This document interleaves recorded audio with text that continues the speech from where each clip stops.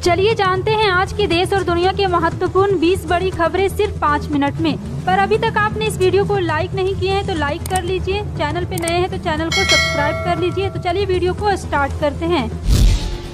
भाजपा नेता आज थामेंगे कांग्रेस का दामन। मथुरा में कांग्रेस के प्रदेश अध्यक्ष दिलाएंगे पार्टी की सदस्यता। पूरी जानकारी आपको विस्तार से देंगे, वीडियो को अंत तक जरूर देखें।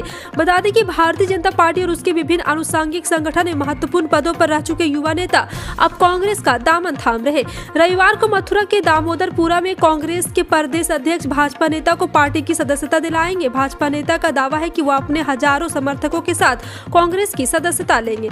कुंवर सिंह निषाद शुरू से भारतीय जनता पार्टी के लिए राजनीति करते रहे। कुंवर सिंह निषाद ने राष्ट्रीय स्वयंसेवक संघ की शाखा में जानना शुरू किया है। इसके बाद विद्यार्थी परिषद, बजरंग दल, भारतीय जनता युवा मोर्चा और भारतीय जनता पार्टी में अहम पदों पर रहकर राजनीति की। निषाद समाज में अच्छी पकड़ रखने वाले कुंवर सिंह भाजपा के लिए हमेशा तैयार रहते थे, लेकिन करीब 42 वर्षीय कुंवर सिंह निषाद ने RSS संघ शिक्षा वर्ग तृतीय वर्ष किया है। ABVP में जिला संयोजक, विभाग संयोजक और प्रदेश मंत्री भी रहे। भाजपा छोड़कर कांग्रेस का दामन थामने जा रहे कुंवर सिंह निषाद ने बताया उनको पार्टी से नहीं निकाला, बल्कि 2021 में उन्होंने खुद भारतीय जनता पार्टी के प्राथमिक पद से इस्तीफा दे दिया था। RJD से राज्यसभा सांसद मनोज झा इंदौर में आयोजित एक निजी कार्यक्रम में शामिल होने इंदौर पहुंचे थे। इस दौरान उन्होंने जी मीडिया से बात करते हुए चीन विवाद मामले और देश में शाहरुख की फिल्म पठान को लेकर खुल के बात कही है। उन्होंने चीन के मसले पर कहा है कि इस पूरे मामले पर पूरा सदन चिंतित है। हमारे सेना के जज्बे, हौसले, शौर्य पर शक नहीं है। सेना है तो हम यहाँ पर सुरक्षित है, लेकिन डिप्लोमेटिक का फेलियर अलग चीज है। उन्होंने कहा है कि मुझे प्रमाण के साथ कहना पड़ता है कि हमारी चीन प्रति जो डिप्लोमेसी है वो ट्रायल बैलून डिप्लोमेसी है। और आपको बता दें कि एक बार फिर से उन्होंने ये भी कहा है कि पाकिस्तान के विदेश मंत्री बिलाल भुट्टो द्वारा देश के प्रधानमंत्री नरेंद्र मोदी पर की गई अभद्र टिप्पणी को लेकर मनोज झा ने कहा बिलाल भुट्टो की टिप्पणी प्रतिक्रिया के लायक नहीं है। उत्तर भारत में ठंड ने सितम ढाना शुरू कर दिया है। पहाड़ी राज्यों में लगातार बर्फबारी हो रही, यही कारण है कि मैदानी इलाकों में शीतलहर शुरू हो गई है। बीती रात दिल्ली वालों के लिए भी बेहद ठंडी रही। मौसम विभाग के मुताबिक शनिवार की रात दिल्ली का पारा शिमला से भी नीचे चला गया था। दिल्ली में न्यूनतम तापमान 6 डिग्री सेल्सियस तक रहा है, जो सामान्य से 2 डिग्री कम है। दिल्ली का अधिकतम तापमान 25 डिग्री तक पहुंचा है। अब बात कर लेते हैं कि शिमला का न्यूनतम तापमान दिल्ली से ज्यादा है। शिमला में बीती रात 7 से 8 डिग्री तक का न्यूनतम तापमान रहा। अधिकतम तापमान 18 डिग्री रहा है। बिहार में नगर निकाय के पहले चरण का मतदान शुरू हो चुका। बिहार के 37 जिलों के 156 नगर निकायों के लिए सुबह 7 बजे शुरू हुआ मतदान शाम 5 बजे तक चलेगा। नक्सल प्रभावित गया में शाम 3 बजे तक ही मतदान होगा। बिहार में कुल 224 में से जिन 156 निकायों के लिए आज मतदान हो रहा है उनमें 68 नगर परिषद, नगर पंचायत शामिल है।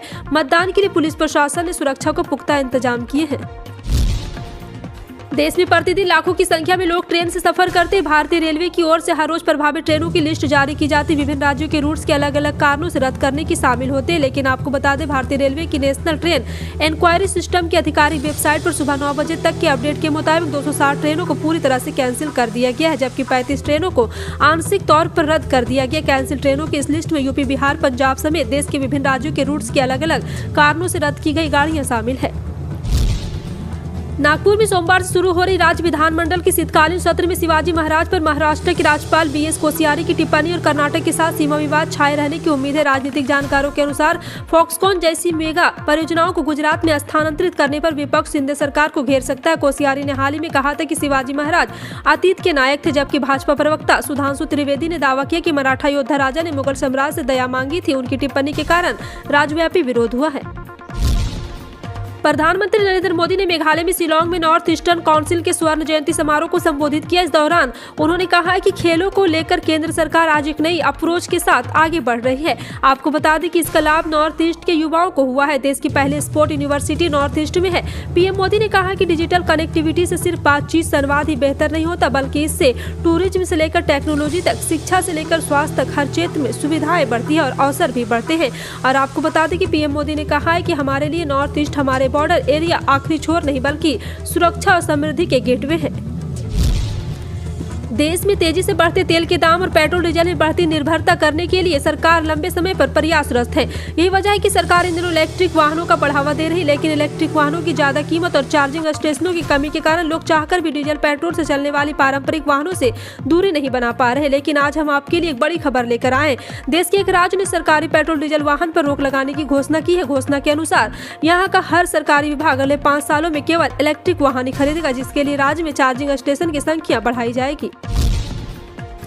भारतीय उच्च शिक्षा खास तौर पर अंडर ग्रेजुएट पाठ्यक्रमों में एक नया राष्ट्रव्यापी बदलाव आने वाला है। इससे बीए, बीकॉम और बीएससी जैसे अंडर ग्रेजुएट पाठ्यक्रमों में भाषा बाधा नहीं बन सकेगी। छात्र अपनी मातृभाषा में ग्रेजुएशन कर सकेंगे। इसके लिए बीए, बीकॉम और बीएससी की सभी पुस्तकें बंगाली, गुजराती, कन्नड़, मलयालम, मराठी, ओडिया, तमिल, तेलुगु आदि क्षेत्रीय भाषाओं में लाने की तैयारी है। ग्रेजुएशन स्तर पर यह पहल पूरी होने के उपरांत इसे पोस्ट ग्रेजुएशन के लेवल पर भी ले जाया जाएगा। हर कोई अपना घर चलाने के लिए एक बजट बनाकर चलता है। घर में जितनी आमदनी होती है उसी के हिसाब से लोगों का खर्चा होता है। वहीं महंगाई की इस दौर में लोगों की एक तरफ जहां बचत नहीं हो पा रही तो वहीं दूसरी तरफ लोगों की कमाई का एक बड़ा हिस्सा रोजमर्रा के खर्चे में चला जाता है। इन्हीं खर्चों में रसोई का खर्चा भी काफी अहम है। रसोई में हर रोज कुछ न कुछ आता ही रहता है। वहीं रसोई के खर्चे में गैस सिलेंडर का खर्च काफी अहमियत रखता है।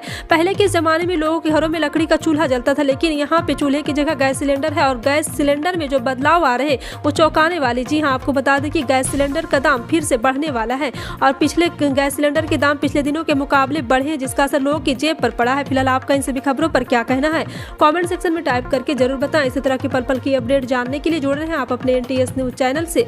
मिलते हैं अगली बड़ी खबर में, तब तक के लिए जय हिंद।